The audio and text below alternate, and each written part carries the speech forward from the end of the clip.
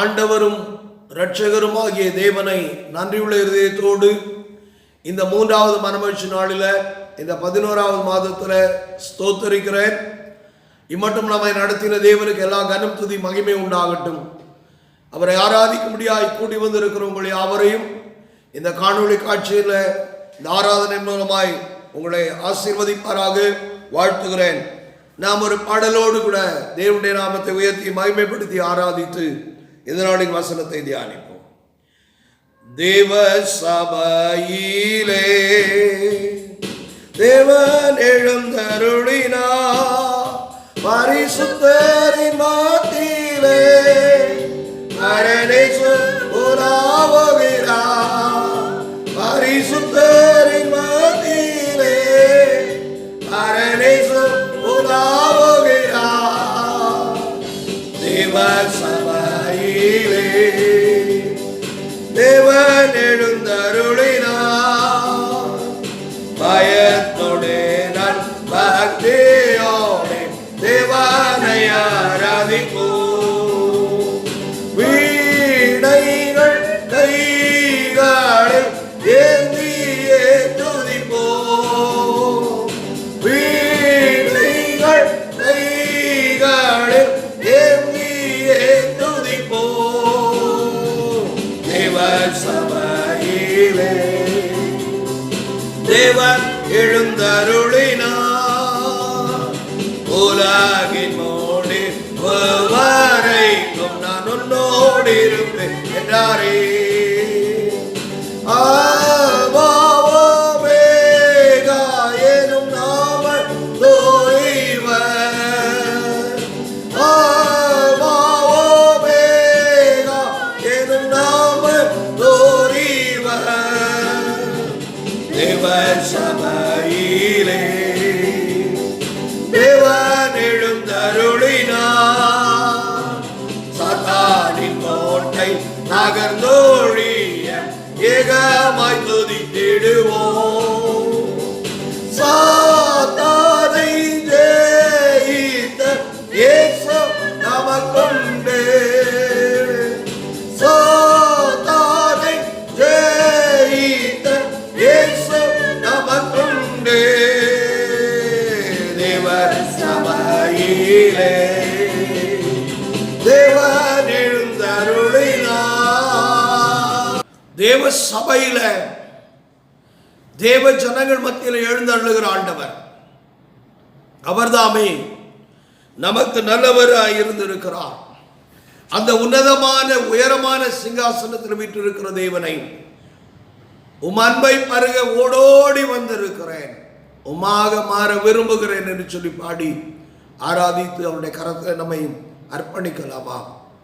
நம்மை உருமாற்றுகிறவர், நம்மை உருவேற்றுகிறவர், நம்மை புது சிருஷ்டியாய் மாற்ற அவர் நம்மண்டைக்கு வந்திருக்கிறார். என்னோடு இணைந்து உன்னத தேவனே, இயேசு ராஜனே, உம் அன்பை பருக ஓடோடி வந்துள்ளேன் என்று சொல்லி பாடுவோம். உன்னத தேவனே, இயேசு ராஜனே, உம்மோடு இணைந்திட என் உள்ளம் ஏங்குதையா, உம்மோடு இணைந்திட என் உள்ளம் ஏங்குதையா. உம் அன்பை பருகிட ஓடோடி வந்துள்ளேன், உம் அன்பை பருகிட ஓடோடி வந்துள்ளேன். உம்மாக மாறிட உலகை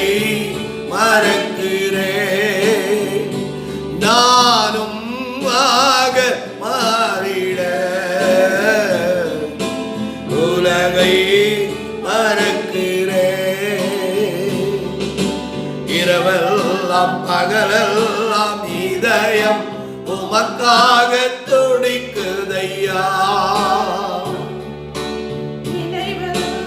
பேச்செல்லாம் நேசரே உம்மை பற்றித்தானே ஐயா. மறுரூபம் ஆக்கிடும் மகிமையின் மேகமே, என்னை மறுரூபம் ஆக்கிடும்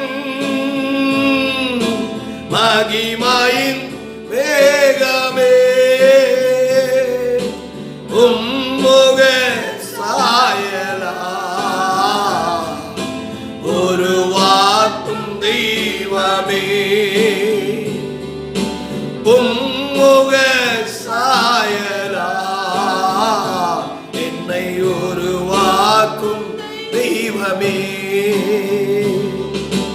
இரவெல்லாம் பகலெல்லாம் இதயம் உமக்காக துடிக்குதையா. நினைவெல்லாம் பேச்செல்லாம் உம்மை பற்றித்தானே ஐயா. ஐயாவும் நிழலிலே ஆனந்த பரவசம், அளவிடா பேரின்பம், ஆரோக்கியம் அதிசயம், அளவிடா பேரின்பம், ஆரோக்கியம் அதிசயம். இரவெல்லாம் பகலெல்லாம் இதயம் உமக்காக துடிக்குதையா. நினைவெல்லாம் பேச்செல்லாம் என் நேசரே உம்மை பற்றித்தானே ஐயா. உருவாக்குகிற தெய்வம் நீர் ஆண்டவரே. என்னை உருவாக்கும்படியாய் உம்முடைய சாயலாய் உருவாக்கும்படியாய் உம்மண்டைக்கு ஓடோடி வந்திருக்கிறேன்.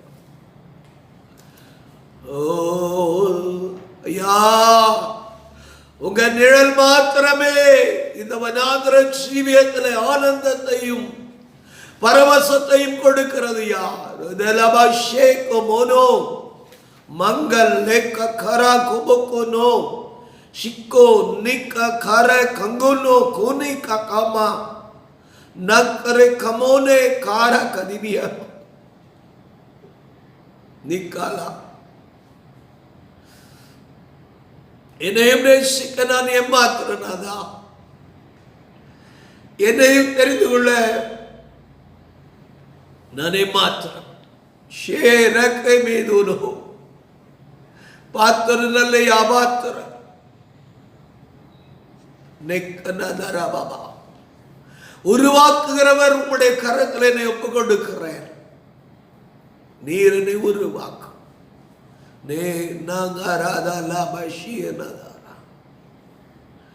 நான் நானே சிருஷ்டிகர்த்தர், நான் உருவாக்குகிறவர். நான் உருவாக்கும்படியாகவே உலகத்தில் இருந்து உன்னை எனக்காக தெரிந்து கொண்டேன். நான் உலகத்தான் அல்லாதது போல நீ உலகத்தானா இராதபடிக்கு உலகத்தை விட்டு நீ வேறு பிரிந்த வாழ்க்கை வாழும்படியாய் உன் தேவனாகிய கர்த்தர் நான் உன்னை தெரிந்து கொண்டேன். ஆகையினாலே நீ இருக்கிற இடத்திற்கு நான் இறங்கி வந்து உன் தாழ்விடத்திலிருந்து உன்னை தூக்கி எடுத்து உன் அழுக்கரை கழுவி நீ மிதிக்கப்பட வேண்டிய நிலவரத்தில் கிடந்த உன்னை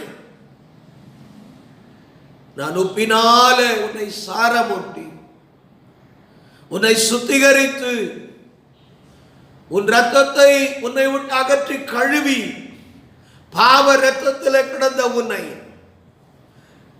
நான் கழுவினேன். என் கரத்தினாலே, என் காயப்பட்ட கரத்தினாலே கழுவினேன். என் தழும்புகளால் உன்னை குணமாக்கி இருக்கிறேன். நொதித்து கிடந்த உன் ரணத்தை, நொந்து போயிருக்கிற உன் இருதயத்தை, பலனற்று கிடந்த உன் ஆத்துமாவை பலப்படுத்தி நான் உன்னை உருவாக்கி இருக்கிறேன். நான் உருவாக்குகிற தேவன், சத்துரு உன்மேல் தன் ஆயுதங்களை எய்து உன்னை சிதைக்கும் பொழுதெல்லாம், நீ உடைக்கப்படும் பொழுதெல்லாம், நீ அசைக்கப்படும் பொழுதெல்லாம் உன்னை தாங்கி பிடிக்கிறவர், உன்னை ஏற்றி கொள்ளுகிறவர், நீ விழுந்து விடாதபடிக்கு உன்னை நிலைநிறுத்துகிற கர்த்தர். ஓ ஷாகமனாதா, நானே உன்னை அறிந்திருக்கிறேன். என் சாயல் உன்னிலே வெளிப்படும்படியாய், என் ரூபம் உன்னிலே காணப்படும்படியாய் நான் உன்னை உருவாக்கி இருக்கிறேன். என் சாயலை இழக்கப்படும்படியாய், என் ரூபத்தை இழக்கப்படும்படியாய் செயல்படுகிற எல்லா வல்லமைகளையும் எல்லா கிரியைகளையும் நான் அழித்து சீக்கிரமாய் நான் உனக்கு எதிரான சாத்தானை உன் காலின் கீழ் நசுக்கி போடுகிற கர்த்தர். என்னோடு கூட தரித்து நில். நான் உன் காரியங்களை வாய்க்க பண்ணுகிறவர், உனக்கானவைகளை வாய்க்க பண்ணுகிறவர். நான் உன்னோடு இருந்து உன் காரியங்களை வாய்க்க பண்ணுவேன். நானே கர்த்தர், நானே கர்த்தர், நானே கர்த்தர். என்ன இல்லாமல் வேறே தேவன் இல்லை.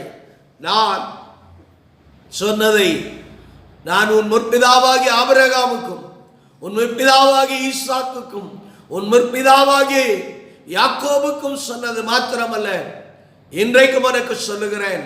உன்னை கைவிடாதவர், உன்னை விட்டு விலகாதவர், உன்னை என்னோடு சேர்த்துக் கொள்ள மட்டும் நான் உன்னை விட்டு விலகாதவராய் உன்னோடு கூட இருக்கிறேன் என்று கர்த்தர் சொல்லுகிறார். ஹல்லேலூயா. இரவெல்லாம் பகலெல்லாம் இதயம் உமக்காக துடிக்குதையா, நினைவெல்லாம் பேச்செல்லாம் நேசரே உம்மை பற்றித்தானே அல்லையா.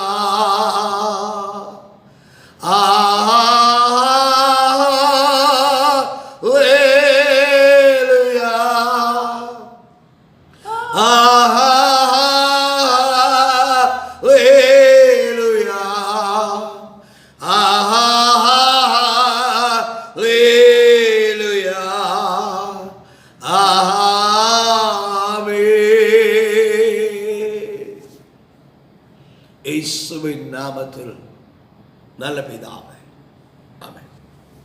இந்த மனமகிழ்ச்சி நாளுக்கு தேவன் நமக்கு கொடுக்கிற வார்த்தை யோவான் எழுதின சுவிசேஷம் 15ஆம் அதிகாரம் 19ஆம் வசனம்.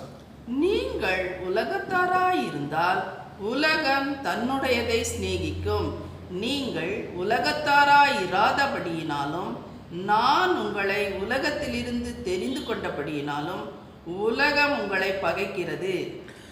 இந்த வசனத்துல தேவன் நம்மை எதற்கென்று தெரிந்து கொண்டார் என்கிறதை அவர் நினைப்பூட்டுகிறார். நம்மிடத்தில் நன்மை என்பது ஒன்றுமில்லை, ஆனால் நாம் உலகத்துக்கு உரியவர்கள் அல்ல. அதைத்தான் எழுதுகிறார். நீங்கள் உலகத்தாராய் இராதபடியினாலும் என்று எழுதுகிறார். நாம் உலகத்துக்குரியவர்கள் அல்ல. தேவன் உலக தோற்றத்திற்கு முன்னமே நம்மை தமக்கென்று குறித்து கொண்டபடியினால நாம் உலகத்தார் அல்ல. ஆக எழுதுகிறார், நீங்கள் உலகத்தாராய் இராதபடியினால் நாம் உலகத்துக்குரியவர்கள் அல்ல என்று தேவன் தம்முடைய சித்தத்தில் வைத்தார். இரண்டாவது சொல்லுகிறார், நான் உங்களை உலகத்திலிருந்து தெரிந்து கொண்டபடியினாலும் என்று எழுதுகிறார். முன்குறித்தார், தெரிந்து கொண்டார். எவர்களை முன்குறித்தாரோ அவர்களை அழைத்தும் இருக்கிறார் என்ற வாக்கின்படி அவர் நம்மை முன்குறித்த தேவன் அழைத்து தெரிந்து கொண்டிருக்கிறார். ஆகவே அதே அதிகாரத்தில் 16ஆம் வசனம் வாசிக்கும் போது, நீங்கள் என்னை தெரிந்து கொள்ளவில்லை, நான் உங்களை தெரிந்து கொண்டேன். நீங்கள் என் நாமத்தினாலே பிதாவை கேட்டுக்கொள்வது எதுவோ அதை அவர் உங்களுக்கு கொடுக்கத்தக்கதாக நீங்கள் போய் கனி கொடுக்கும்படிக்கும் உங்கள் கனி நிலைத்திருக்கும்படிக்கும் நான் உங்களை ஏற்படுத்தினேன். உங்களை நீங்கள் என்னை தெரிந்து கொள்ளவில்லை, நான் தெரிந்து கொண்டேன். நீங்கள் உலகத்தாரா இல்லாதபடியினால் என்று சொல்லுகிறாரே, நான் தெரிந்து கொண்டேன். நீங்கள் உலகத்துக்குரியவர்கள் அல்ல என்று நான் தெரிந்து கொண்டபடியினாலே எழுதுகிறார். மாத்திரமல்ல, யோவான் 13:18 நான் தெரிந்து கொண்டவர்களை அறிவேன் என்று எழுதுகிறார். நான் தெரிந்து கொண்டவர்களை அறிவேன்.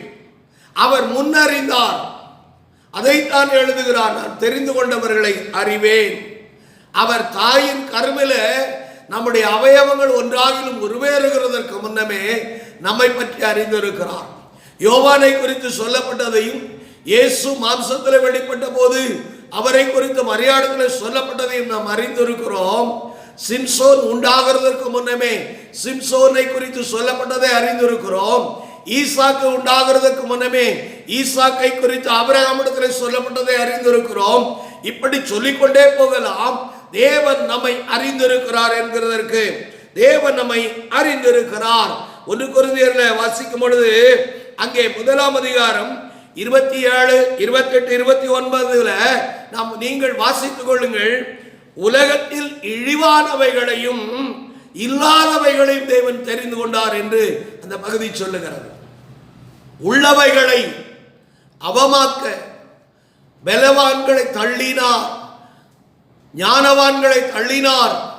நாம் இல்லாதவர்கள், இழிவானவர்கள் ஆகவே தெரிந்து கொண்டார். தேவன் தேடுகிறது இல்லாதவைகளையும் இழிவானவைகளையும் தேடுகிறார். நீங்களும் நானும் இல்லாதவைகளும் இழிவானவைகளுமா இருந்தபடினாலே அவர் உலக தோற்றத்திற்கு முன்னே நம்மை தெரிந்து கொண்டு நம்மை பிரித்தெடுத்தார். நாம் எப்படிப்பட்டவர்களாய் இருக்க வேண்டும் என்று அவர் பிரித்தெடுத்தார் என்கிறதைத்தான் நாம் இந்த நாளில காலங்கருதி சுருக்கமாய் தியானிக்க விரும்புகிறேன். 2 தெசலோனிக்கேயர் புஸ்தகம் 2ஆம் அதிகாரம் 13ஆம் வசனம். கர்த்தருக்கு பிரியமான சகோதரரே, நீங்கள் ஆவியினாலே பரிசுத்தமாக்கப்படுகிறதினாலும் சத்தியத்தை விசுவாசத்தினாலும் ரட்சிப்படையும்படிக்கு ஆதி முதல் தேவன் உங்களை தெரிந்து கொண்டபடியினாலே நாங்கள் உங்களை குறித்து எப்பொழுதும் தேவனை ஸ்தோத்தரிக்க கடனாளிகளாயிருக்கிறோம். ரட்சிப்படையும்படி தெரிந்து கொண்டார். இந்த ரட்சிப்படையும்படி தெரிந்து கொண்டார் என்றால் நாம் உலகத்தில் இருந்தோம், ஆனால் உலகத்தார் அல்ல. ஆகவே நம்முடைய ஜாதிக்குள்ளே, நம்முடைய ஜனத்திற்குள்ளே அவர் ஜாதிக்கு ஒருவனும் வம்சத்துக்கு 2 பேருமாய் தெரிந்து கொள்கிறார் என்று எழுதின வாக்கின்படி நம்மை அவர் தெரிந்தெடுத்தார். ஆகவே அங்கிருந்து ரட்சித்தார். அந்த கலாச்சாரங்களிலிருந்து, அந்த ஜாதியிலிருந்து, அந்த ஜனத்திலிருந்து நம்மை ரட்சித்தார். நாம் ஆபிரகாமை குறித்து பார்க்கிறோம். அங்கே ஆபிரகாம் தன்னுடைய தகப்பனாகிய தேராகுடைய கூட இருந்த பொழுது அவனை பிரித்தெடுத்தார், ரட்சித்தார்.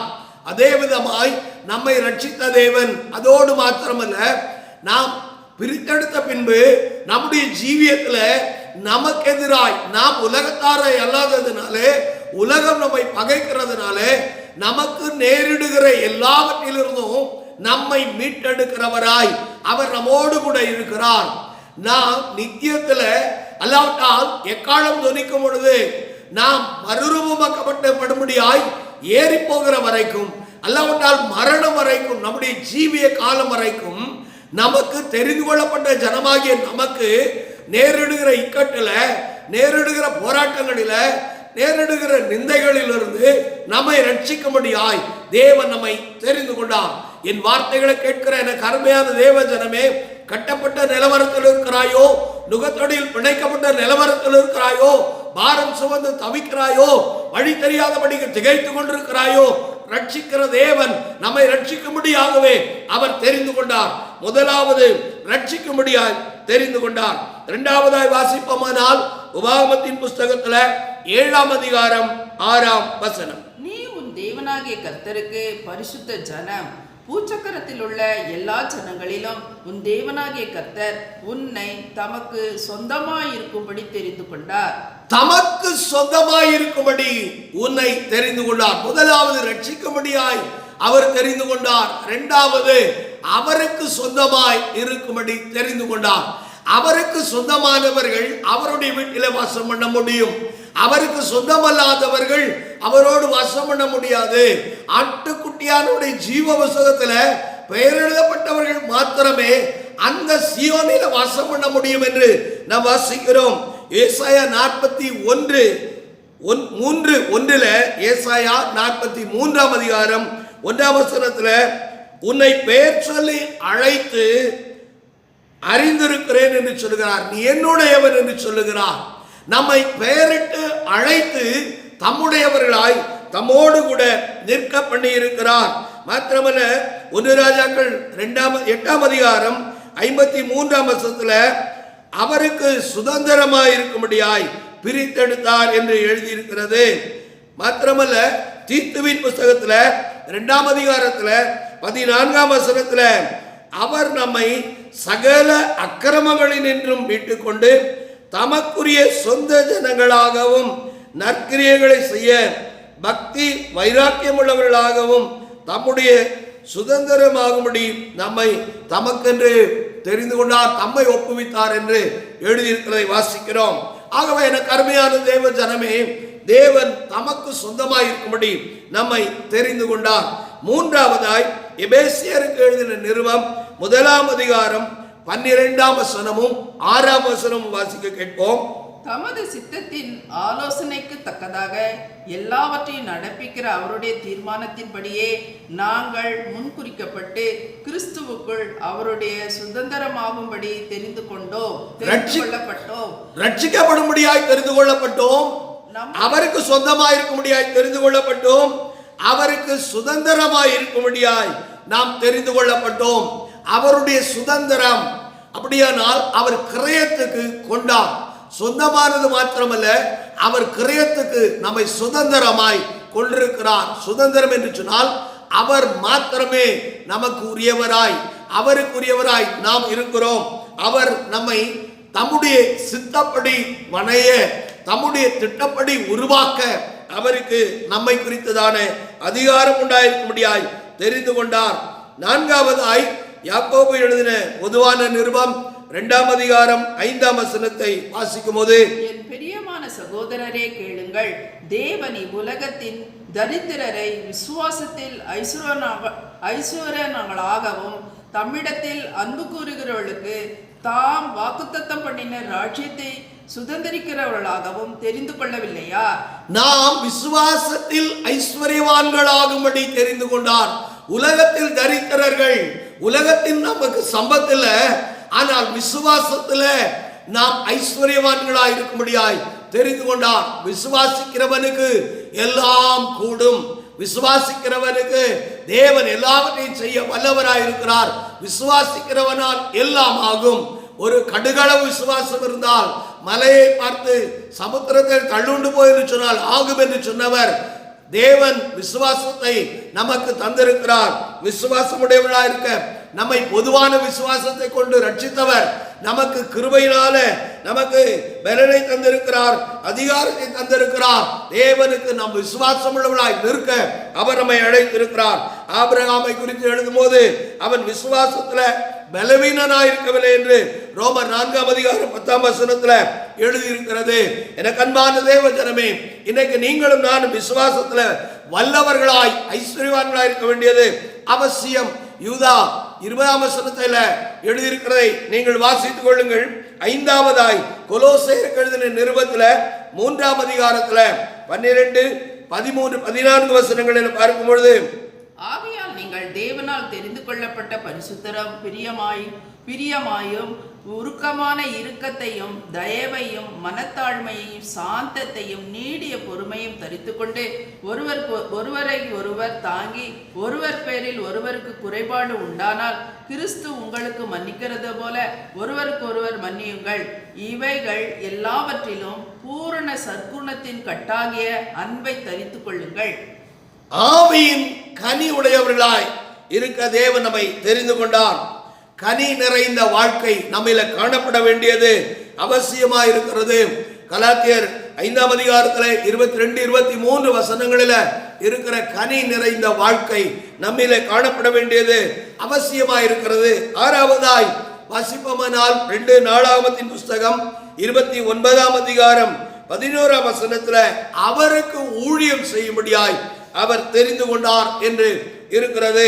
ரோமர் 12ஆம் அதிகாரம் 11ஆம் வசனத்திலும் அப்போஸ்தலர் நடபடிகள் 9ஆம் அதிகாரம் 15ஆம் வசனத்திலும் அப்போஸ்தலர் நடபடிகள் 15ஆம் அதிகாரம் 7ஆம் வசனத்திலும் இவைகளை தொடர்ந்து சொல்லப்பட்டிருக்கிறதையும் 1 பேதுரு 2ஆம் அதிகாரம் 9ஆம் வசனத்திலும் இது சொல்லப்பட்டிருக்கிறதை நம்மால் பார்க்க முடிகிறது. 7ஆவதாய் வாசிப்போமானால் வெளிப்படுத்துகிற விசேஷம் 17ஆம் அதிகாரம் 14ஆம் வசனம். இவர்கள் ஆட்டுக்குட்டியானவருடனே யுத்தம் பண்ணுவார்கள். ஆட்டுக்குட்டியானவர் கர்த்தராகிய கர்த்தரும் ராஜாதி ராஜாவுமாய் இருக்கிறபடியால் அவர்களை ஜெயிப்பார். அவரோட கூட இருக்கிறவர்கள் அழைக்கப்பட்டவர்களும் தெரிந்து கொள்ளப்பட்டவர்களும் உண்மை உள்ளவர்களுமாய் இருக்கிறார்கள் என்றான். நாம் தேவனோடு இயேசுவோடு இருக்கும்படியாய், குமாரனாகிய கிறிஸ்துவோடு இருக்கும்படியாய் தெரிந்து கொள்ளப்பட்டவர்கள். நாம் அவரோடு இப்படியாய் என்னென்னைக்கும் யுகாயுகமாய் வாசம் பண்ணும்படியாய் தெரிந்து கொள்ளப்பட்டவர்கள். ஆகவே நாம் கனி கொடுக்கிறவர்களாய் நாம் இருந்தோமானால் இயேசுவோடு வாசம் பண்ணுவோம், ஜெபிப்போம். பரலோக பிதாவே, ஆசீர்வதிக்கப்பட்டதான இந்த மனவழ்ச்சி நாளில நீர் எங்களை எதற்காய் தெரிந்து கொண்டீர் என்று நாங்கள் தியானிக்க எங்களுக்கு அளித்த கிருபைக்காய் ஸ்தோத்திரம். எங்களை ரட்சிக்கிறவர், நாங்கள் இந்த பூமியில வனாந்தரத்தில் வாசம் பண்ணுகிற நாள் வரைக்கும் எங்களை ரட்சிக்க நீர் வல்லவராயிருக்கிறீர். உமக்கு சொந்தமாயிருக்கும்படியாய், உம்முடைய சுதந்திரமாயிருக்கும்படியாய் எங்களை தெரிந்து கொண்டீர். விசுவாசத்துல ஐஸ்வர்யம் உள்ளவர்களாயிருக்கும்படியாய் எங்களை தெரிந்து கொண்டீர். மாத்திரமல்ல, நாங்கள் கனி கொடுக்கிறவர்களாயிருக்க எங்களை தெரிந்து கொண்டீர். தகப்பனே, நாங்கள் உமக்கு ஊழியம் செய்ய தெரிந்து கொண்டீர். நாங்கள் உமோடு இருக்கும்படியாய் தெரிந்து கொண்டீர் என்று இன்றைக்கு தியானிக்க தந்த கிருபைக்காய் ஸ்தோத்திரம். உடைய கரத்தில் கொடுக்கிறோம். அப்படியே எங்களை நடத்தும், ஆசீர்வதியும். இயேசுவின் நாமத்தில் ஜெபிக்கிறோம் ஜீவனுள்ள நல்ல பிதாவே, ஆமென். நம்முடைய கர்த்தராகிய இயேசு கிறிஸ்துவின் கிருபையும் பிதாவாகிய தேவனுடைய அன்பும் பரிசுத்த ஆவியானவருடைய அன்பும் வழிநடத்தலும் ஆளுகையும் இன்றும் என்றும் சதா காலங்களிலும் கிறிஸ்துவின் வருகை பெறும் நம் அனைவரோடு கூட இருந்து ஆசீர்வதித்து காப்பாராக. ஆமென்.